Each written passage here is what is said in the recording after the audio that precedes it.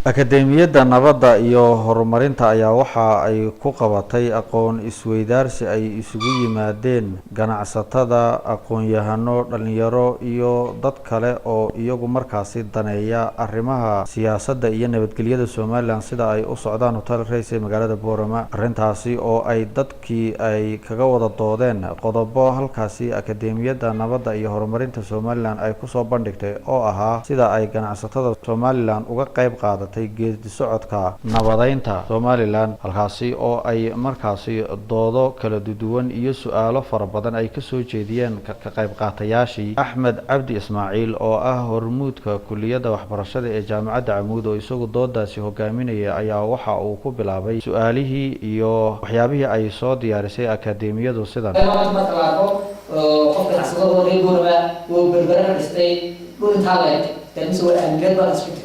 marka la rabo qof la ducaa oo ka dhistay dhulka laga buur ka dhistay is'aamada oo ka dhacaysa marka ganacsatada iyo marka abuuray dadku is'aaminaan hadii taas jirina wala kala qonalaha dadka rayidku waxay direeyeen oo mustaqbal ku jiray wali nabad iyo iskuulin taas waa qof waxa soo geeyay isxirka iyo wada xiriirka qaybaha bulshada iyo shakhsiyaadka isxirkaasna iyaga ay sameeyeen oo masuulaha wali inta aan kilo inta aan taageera hadii ay dhacdo كل رجل يسمعنا لا رجل يسمعنا يمكن أن يكون تسمعنا أنتوا حتى يسمع وين مسكر عصير العيال هاي هذا هو رجل يربع تيمس في الدنيا يمسك كل سويه لسان وحساس من بيش كتير مركب ده سمع هاي ولا يتفرم مركب ولا شيء مركب عبارة سمعنا اليوم ده في ولا يجي ده ما تبى سمع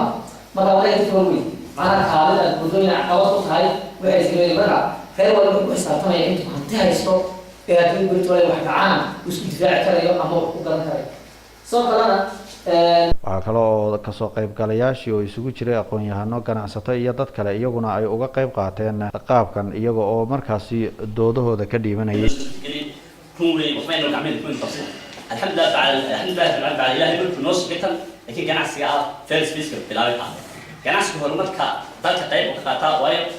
ganacsigu waxa uu shirkad company wada ka markii lagu soo noqday zero wala taageero markii la eego laakiin markii la isku keenay shaqada la isku tartaray ee company la abuuray bay noqotay company abuurman oo ganacsatada ay wax isku tartaray. For example, wholesale-iska waxa lagu dhuftaa 60% ayaa lagu dhuftaa oo montiskana loo soo dhufanayo ka kalena retailerskana 8%. marka dadka businessyadu way khiyaamaan inta badan oo aan waxa ku arkay macaamiisha waa presentation keenay hore marka hore magacayga ka tigaa Sheekh Yusuf Qalaada ka soo dhashay Talasoon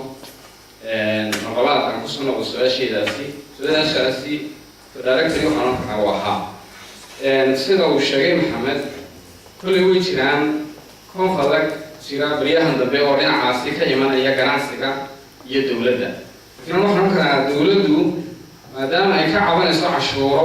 wada cashuurtayda awood u leh maadaama aan ganacsada ahay maadaama wax keenayo dibadna ayada ayaa awood leh marka aan keenayo. arrimaha noocan oo kale ayaa lagu sheegay akademiyadu ay soo bandhigtay kii ugu horeeyay ee nooceeda ah ee ay ka hadasho iyadoo oo waqtiyadii hore arrimo siyaasadda iyo geedi socodka kale ee nabadda uun ay xoogga saari jireen. Tanna waxa ay ahayd markii ugu horeysay oo arrinta noocaasi oo kale ah ay soo bandhigto akademiyadda nabaddu. Xasan Ciise, shabakadda wararka Sirel News, magaalada Boorama.